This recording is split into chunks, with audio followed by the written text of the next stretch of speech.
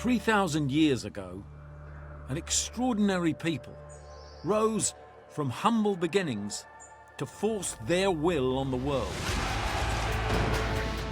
They created the greatest empire mankind had ever seen. An empire that stretched from Britain to the Middle East. It lasted 1,000 years and shaped the way we live today.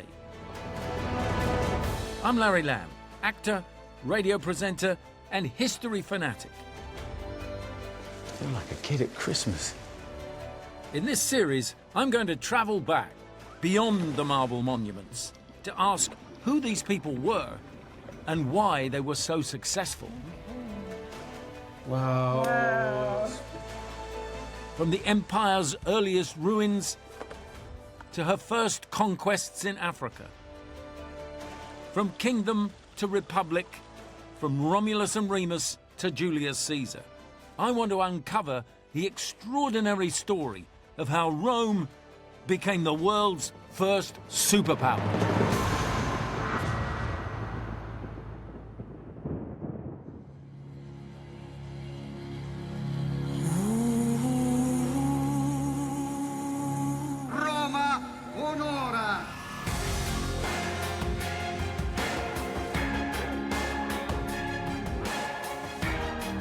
Rome may be ancient, but round here, history lives.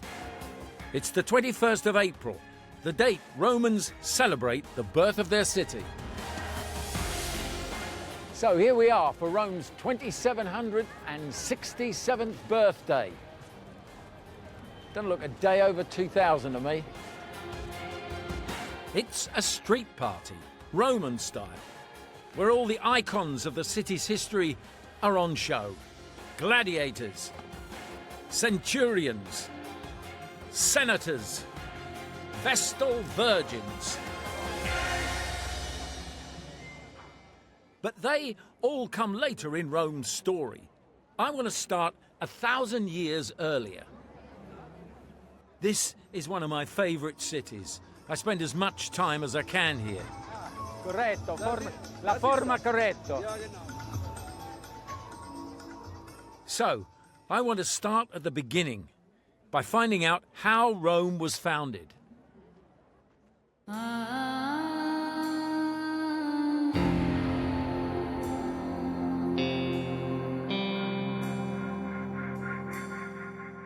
The story I've heard begins with the iconic legend of two orphaned twin brothers. Today, their names are on the lips of every Roman. Chi ha fondato Roma? Comincia Roma. Con Remo e Romolo. Di Romolo e Remo. Con Romolo e Remo. Allora, signori, questo 10, eh? Sì, 10 euro. Signore. 10 euro. Perfetto. Grazie, signora. Well, there it is, right? This image is everywhere. The very symbol of Rome herself.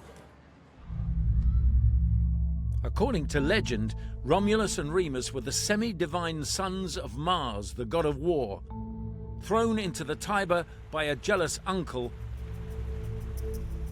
only to be saved and suckled by a she-wolf. But what happened next? I'm turning to the earliest accounts I can find, the histories written by the ancient Romans themselves. But even these have their problems. This book is the work of the Roman historian Livy, who was born in 59 BC. Now, evidently, it's the best surviving account of early Rome that we have. But of course, the founding of Rome that he describes happened 700 years before he was born. I mean, by the time he wrote it, Rome was already an ancient city. Still, I'm intrigued by Livy's description of what happened. So, I've come to the Circus Maximus.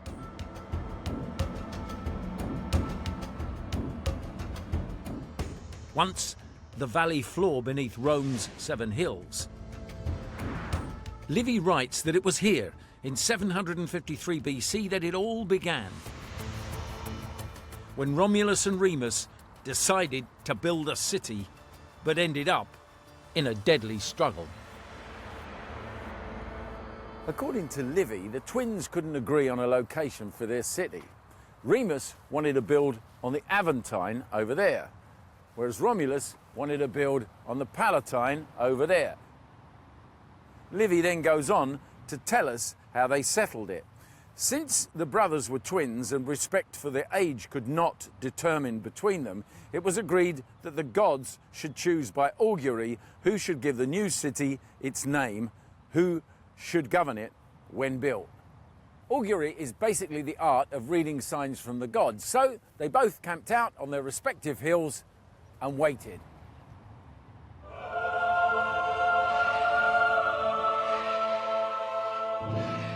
First, Remus sees 6 vultures circling the sky above him. For him, it's the sign the gods have chosen him to build the city and to govern it. But then Romulus sees 12 vultures and is convinced he is the anointed one. Both brothers claimed victory. One because he'd seen the birds first, the other because he saw more of them. Livy goes on. They then engaged in a battle of words and angry taunts leading to bloodshed. Remus was struck down in the affray. Thus Romulus acquired sole power, and the city, thus founded, was called by its founder's name.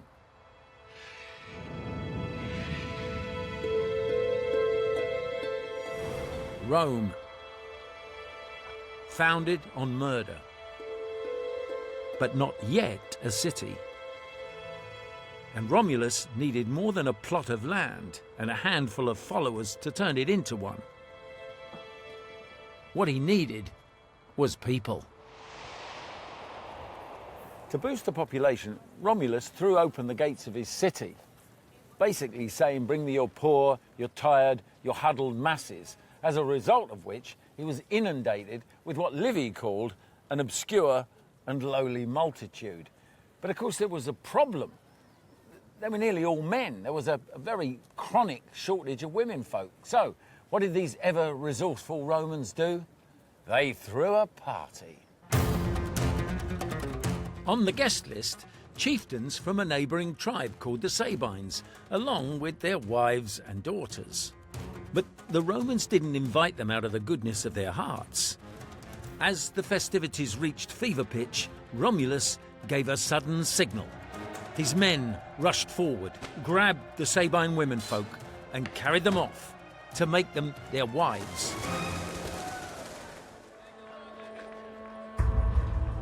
This has gone down in history as the rape of the Sabine women. They were a tough bunch, these Romans. I mean, they just grabbed anything they wanted. But I suppose what I'm beginning to realise already is that if you want to start a superpower, that's the way you've got to be. So there we have it. Rome was founded by a murderer, and its first citizens were vagabonds and kidnapped women. It's a great story, but is it true?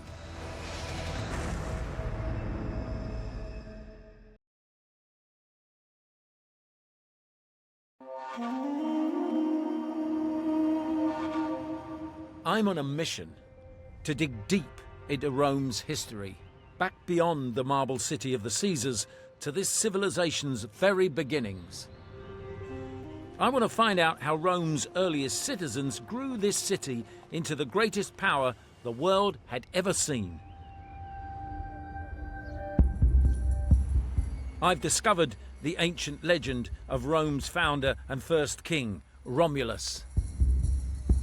Now, I want to find physical evidence of the settlement he's supposed to have founded that could show where and how it all began. It's what archaeologists have been searching for in Rome for decades. Then, in 2007, in the heart of the city, they found this. These are post holes of an ancient dwelling. Not much to you and me. But the amazing thing is, these date to 750 BC, almost the very year Livy said that Romulus founded the city.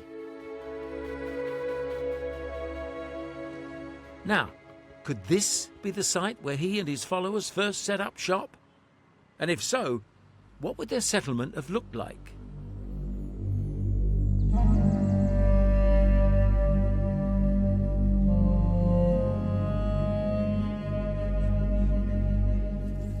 Not quite what I'd imagine Rome to look like in the very early days.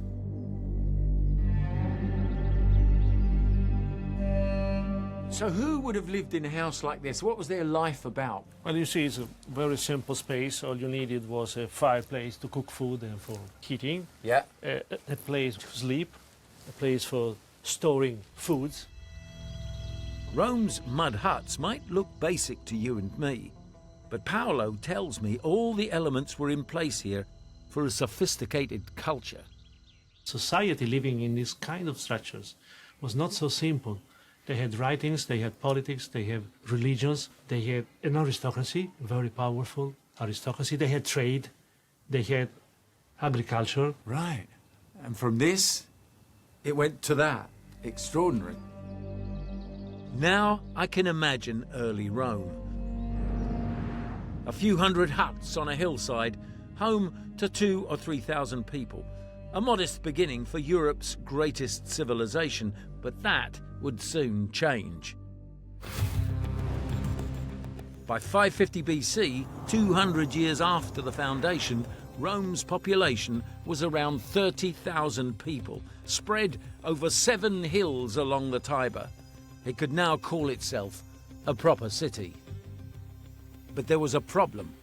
A wide area of uninhabitable, stagnant marshland choked the city's expansion. Rome needed a solution. To find out what, I'm going to a part of Rome most people never get to see. Underneath the city.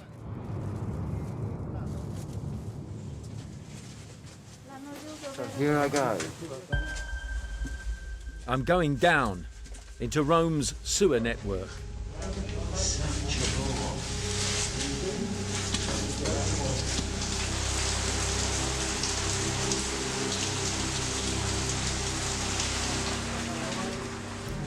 Parts of it are over 2,500 years old,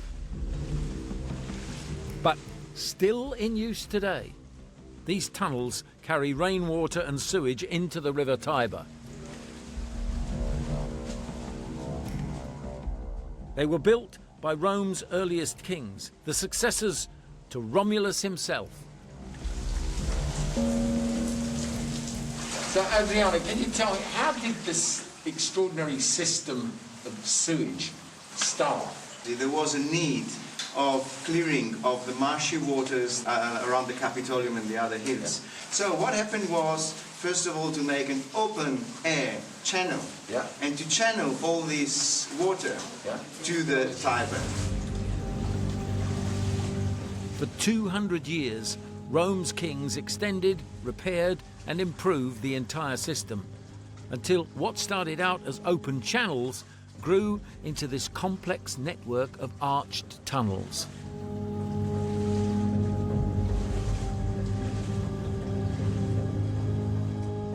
Today, no one knows the full extent of the tunnel network, but Adriano and his team of archaeologists are at last exploring it. Walking through these sewers is like travelling back in time. Evidently, this cover here, they can tell by the stone, it was put on in the time of Hadrian, so roughly the same period that they were building the wall in Britain. They were back here in Rome putting roofs on sewers. Like extraordinary people. The deeper we go, the older the tunnels get. We pass through a section built at the time of Jesus Christ. Then another, even older, constructed under Julius Caesar. Then, at last, the oldest stretch of tunnel, from the 6th century BC. This is it, here we are, right here, the oldest part of the system, and it's absolutely unique and it's never been seen before on television, so there, you're on a first. This tunnel is one of the oldest examples of what became an essential feature of Roman engineering, the arch. So if you just see this here, with this way that they stepped the stones so that it steps and they're cut so that it's one, and then it comes out, then it comes out like that. So you've got the same, they've got boom, boom, boom, and then they were covered so that about this height would have been the floor, the basic floor level of the ancient forum. Without this ancient engineering, Rome might never have become a city. But these sewers were built at a terrible human cost by slaves, enemy soldiers spared on the battlefield, but marched to Rome to die, building the new stone city. Reading in Livy, what we're told is that this would have involved the work of about 1 million slaves, and some of them were preferred in the end to commit suicide rather than work on this project. The Romans were resourceful and ruthless. They borrowed the best their neighbours had to offer and stole what couldn't be borrowed. They let nothing stand in the way of the city's ambition. One of the key architects of the new Rome became a notorious figure in the city's history. His name, Tarquinius Superbus, Tarquin the Proud. He was a brilliant engineer, but a ruthless political operator. Now I'm heading for the very spot where, in 535 BC, he made a bloody grasp for power. Tarquin and his wife, who I'm told would have given Lady Macbeth a run for her money, staged an outrageous coup against the ruling king, her father. And he was killed in a brutal assassination. And I'm told that she drove her chariot right across his body as he lay in the street somewhere around here. And ever since, this has been known as the Vicus Sceleratus, the Street of Wickedness. Tarquin seized the throne. He was now Rome's 7th and most ambitious king, and began to transform Rome from a settlement of mud huts into a city of stone. Tarquin built one of the biggest buildings in Roman history, dedicated to their supreme god. It was the Temple of Jupiter. Remarkably, parts of it still survive, and I am going to see them. Well, we've certainly come a long way from simple houses made of mud and wood to this. And I suppose this has to be the beginning of the monumental city of Rome. The temple was as big as a football pitch. Ordinary Roman citizens were forced not just to pay for it, some had to labour on it. Thousands were worked to death, turning Tarquin into a figure of hatred. But the signs were that with his giant temple, he'd won the favour of the gods.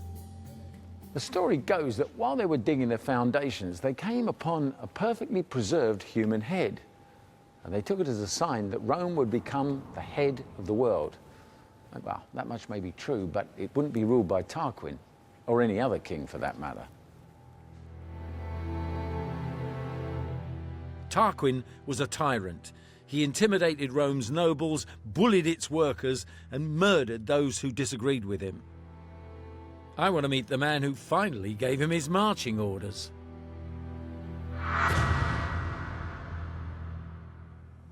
This is thought to be the face of Brutus. He is the nephew of King Tarquin, and he would bring an end to the rule of the kings, and he would start a revolution right at the heart of Rome. But for now, he was biding his time. His brother had already died at King Tarquin's hands. Brutus wanted to avoid the same fate and spent much of his life keeping a low profile, until he saw something that filled him with fury. It concerns a beautiful and virtuous noblewoman named Lucretia and the tearful confession she made to her father, her husband, and to Brutus. Lucretia described how Tarquin's son, Sextus, forced himself upon her. Lucretia refused his advances, but then Sextus threatened to kill her and her male slave. He said he would leave their naked bodies beside each other, making it appear Lucretia had committed adultery. Rather than bring shame on her husband and family, Lucretia relented and let Sextus have his way. Brutus listened, horrified. But worse was to come. Racked with shame and guilt, she suddenly produces a dagger, and before Brutus and the others can stop her, she plunges it deep into her chest, piercing her heart and ending her life instantly. Now, this is how Livy describes what happened next. Brutus drew out the knife from Lucretia's wound, and holding it up, dripping with gore, he exclaimed, "By this blood, most chaste until a prince wronged it, I swear that I will pursue Lucius Tarquinius Superbus and his wicked wife and all his children with sword, with fire, aye, with whatsoever violence I may, and that I will suffer neither them nor any other to be king in Rome." Brutus was as good as his word. He and his followers drove Tarquin and his supporters out of Rome, and together gave birth to a new ideal, that no king would ever rule Rome again. It became every Roman's duty to defend this founding principle. But as I'm about to discover, it wasn't long until Brutus himself was forced to choose between his instincts as a father and his duty as a citizen of the Roman Republic.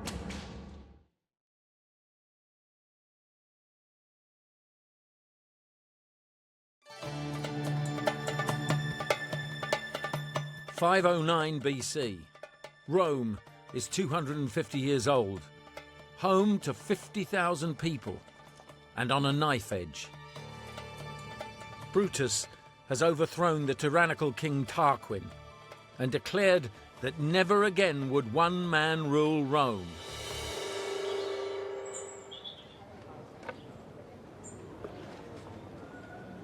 We take away the king. What happens next? Well, Larry, they clear away the whole political board to start with. All of them? All of them. Now, unlike in the game of chess, we need to start with two kings. And these guys are called consuls, and these are like the CEOs of Rome.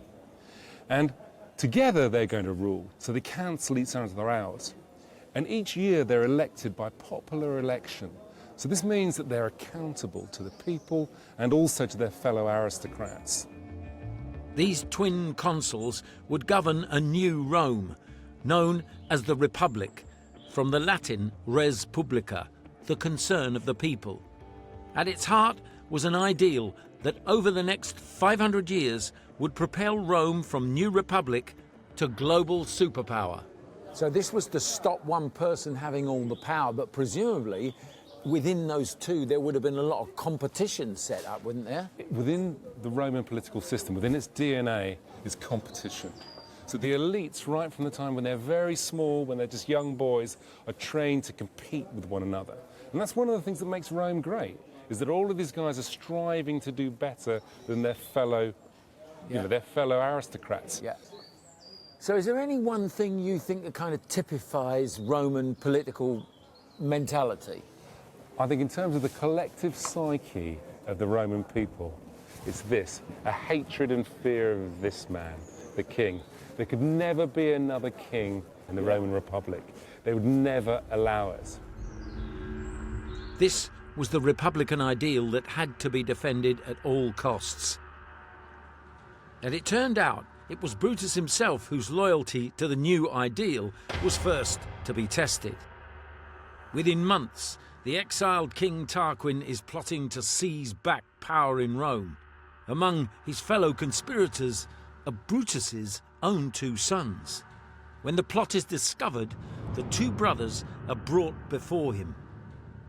Brutus is consul of Rome. Will he pardon his sons or execute them in the name of the Republic? Brutus was in no doubt. The culprits were stripped, scourged with rods, and beheaded. while through it all men gazed at the expression on the father's face where they might clearly read a father's anguish as he administered the nation's retribution. I mean, if this is true, and I have to say as a father I find it very difficult to believe, it would at least explain the ruthlessness and the absolute conviction at the core of the new republic. By executing his sons, Brutus made it clear that duty to the republic's founding principle was more important than his own flesh and blood.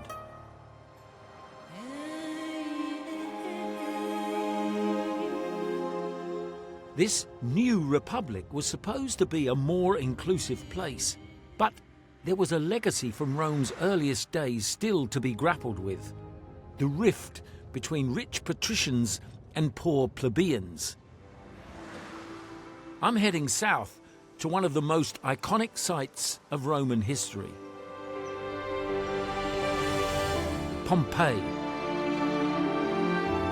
Captured in time by the ash from a volcanic eruption.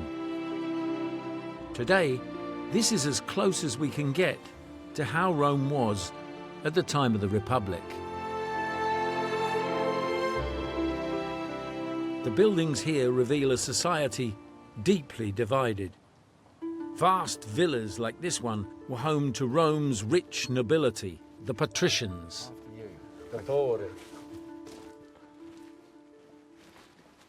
So, Paolo, would there have been houses just like this in Rome in the early Republic?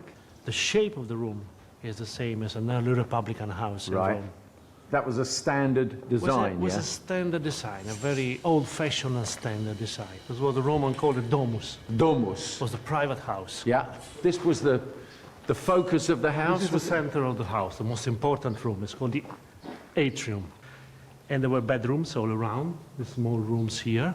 So who would have been the owner of a home like this? What sort of level in society? A very high level, of course. It would, yeah? Yes, the noblest part and the wealthiest part of this, what they call the patrician. Right. And he would have lived here with just his family? With his family. Yeah. With his family and slaves. And how many slaves would it have taken to run a house like a this? A slave family could count up to 50 members. Really? Yes, it was a very huge. But not everyone enjoyed the luxury of a Roman domus. Right next door, you can see how the other half lived. This family was plebeian and had to make do with life in a single room at the back of their business. In this case, a bar. So, Paolo, would there have been bars like this along all the streets in Rome? Of course. Rome was crowded with places like this. You have a second room inside, which was actually the house of the family who worked in this bar. Right.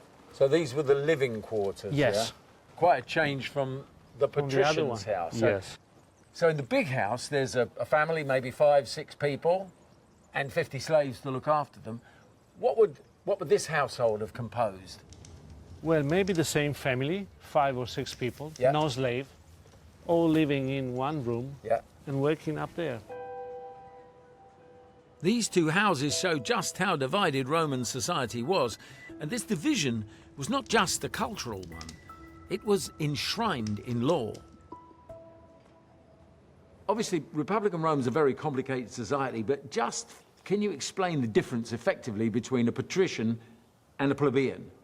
The patricians were the aristocracy of Rome. They were the members of the noblest families, and the plebeians were not. The plebeian, they could not marry a patrician, they could not have commerce with a patrician, they could not be elected neither magistrate nor judge. They had to vote, but their political influence was nothing.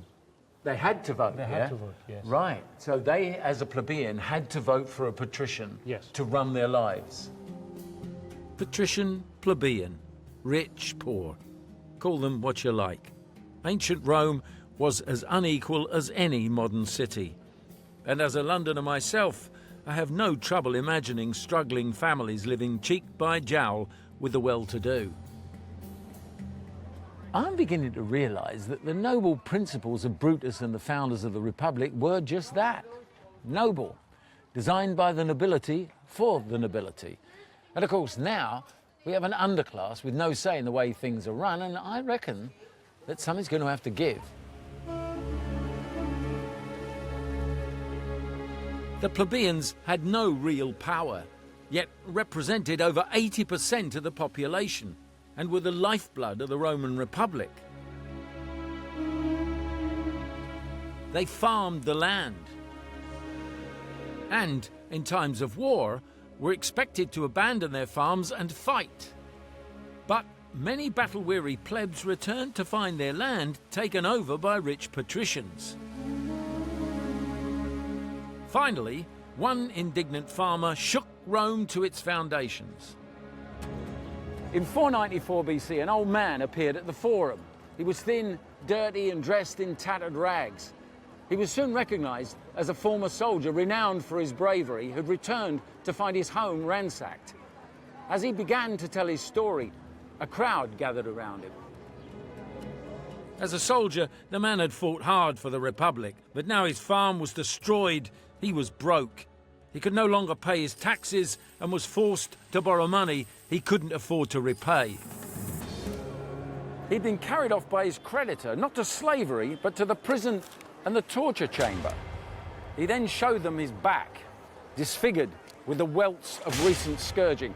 Now, this single incident sparked off a shockwave of outrage that spread through the city like wildfire. Very soon, the entire working class was threatening to leave Rome and establish a city of their own. It was more than a general strike. Plebeian workers and tradesmen actually shut up shop and abandoned Rome. The patrician nobility watched in horror as their workforce and army deserted them. Something had to be done. And as you'd expect from the practical Romans, it was done. Their solution was a revolutionary new set of laws called the 12 Tables. They were engraved on bronze, put up in a public space so you could see them, which would have given the Romans a first legal code. So it's a sort of Bill of Rights, is it? The critical thing is that what it's doing is writing down and setting out very publicly what your position in law is, what the rules are for society. The laws were written by a council of patrician senators around 450 BC. Plebeians were invited to study the laws, discuss them with their families, and to suggest refinements.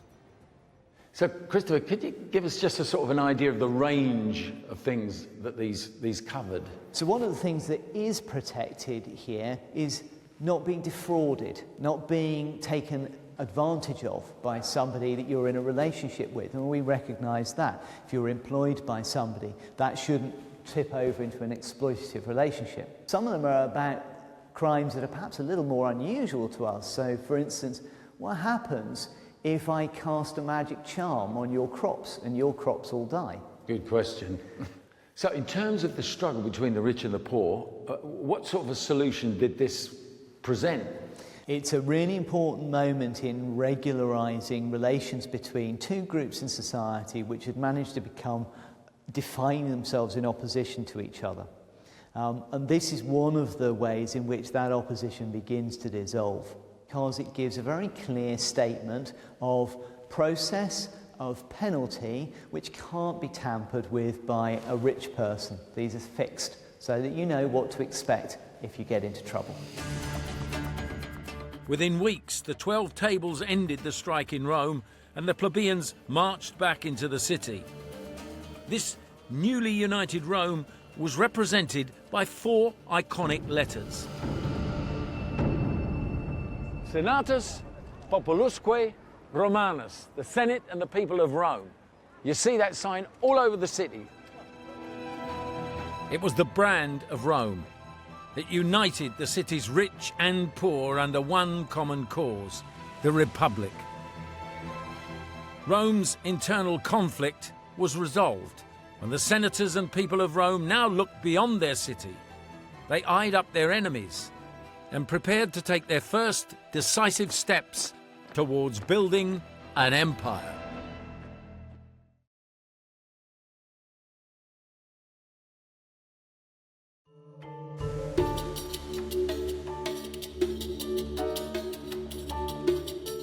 SPQR, the Senate and the people of Rome. I've discovered how 300 years after its foundation, these 4 letters unified Rome, so that by around 450 BC, the Republic's power and influence rivaled that of the Etruscans, their greatest foe. The Etruscans predated the Romans and controlled a large area of Italy. They were also ambitious, and the two sides had fought running battles for centuries. But now Rome was spoiling for a fight. There was only the river Tiber separating these two civilizations, with Rome and the Latins controlling the east and the Etruscans controlling the west. So a flashpoint was bound to occur. It was inevitable, but where would it happen? And more importantly, who would make the decisive move? For hundreds of years, the Romans had been asking that question, or rather, they'd been asking the heavens, which is why I want to explore the ancient Roman tradition of augury, the art of reading signs from the gods. It was key to every decision made in Rome, the city first founded on a divine blessing.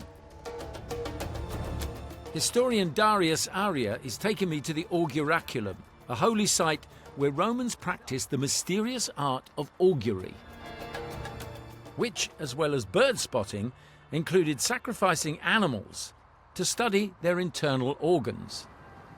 Rome is on the brink of war. They need divine approval. How do they know they've got it? Well, that's a great question. Now, of course, they had their experts that were well versed in knowledge of the various lobes and components of a liver. But of course, you also have this little bit of a guide. Ooh. And this is a schematic of a bronze liver from Piacenza that was found. So basically, it's sectioned off. So you've got all the major gods going around the edges, and then you've got a further subdivision with lesser gods. You open up the animal, and they step in, and they take the liver, and they kind of parse it out. And if there's any kind of, say, deviation from the standard, oh my God, that's a really huge gallbladder, well, that could be a kind of clue to you what a particular god is feeling or thinking and who you have to then further appease. Now, if you don't get the answer or you don't like the results, you can sacrifice another animal. You kill another animal. So the Romans are very pragmatic? Yes.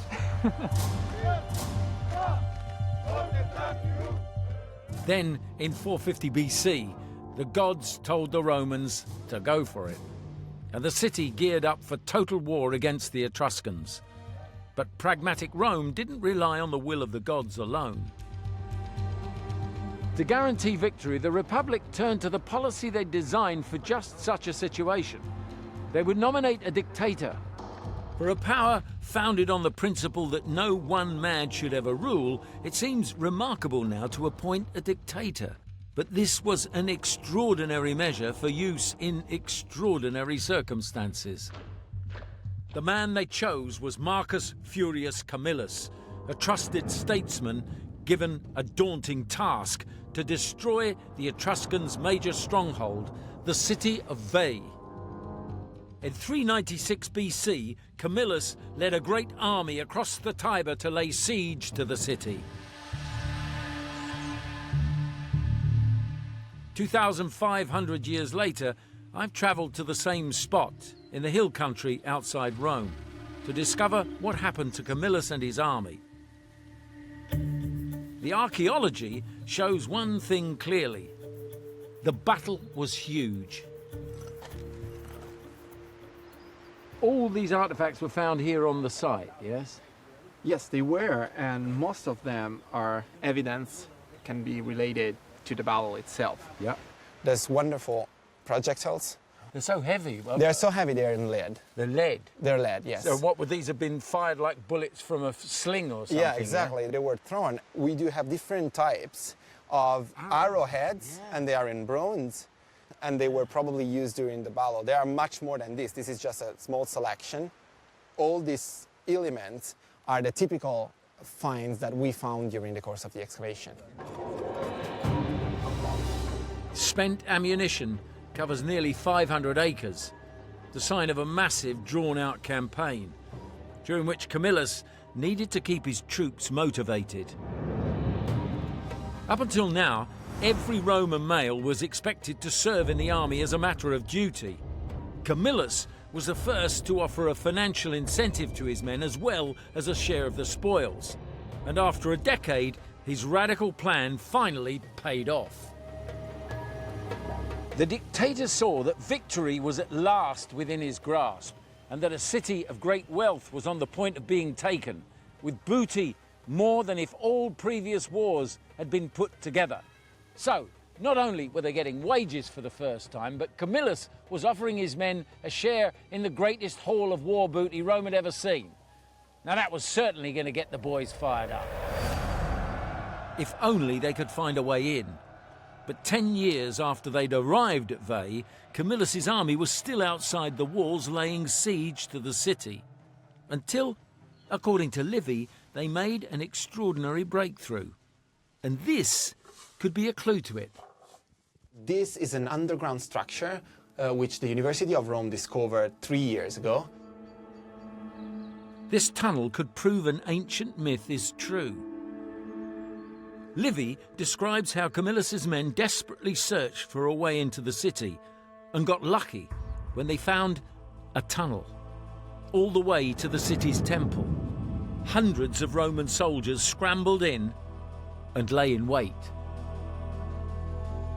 Then, out of the blue, a sign from the gods. The sound of the Etruscans making a sacrifice. As they were hiding there, they heard a priest talking to the king of the Etruscans. As the king of the Veientes was sacrificing, the Roman soldiers in the mine overheard the soothsayer declare that to him who should cut up the innards of that victim would be given the victory. The Romans in the tunnel grabbed their chance, burst into the temple, seized the sacrificial innards and carried them off to their dictator Camillus. He took this as the blessing Rome needed. Camillus ordered a full-scale assault and obliterated their oldest foe.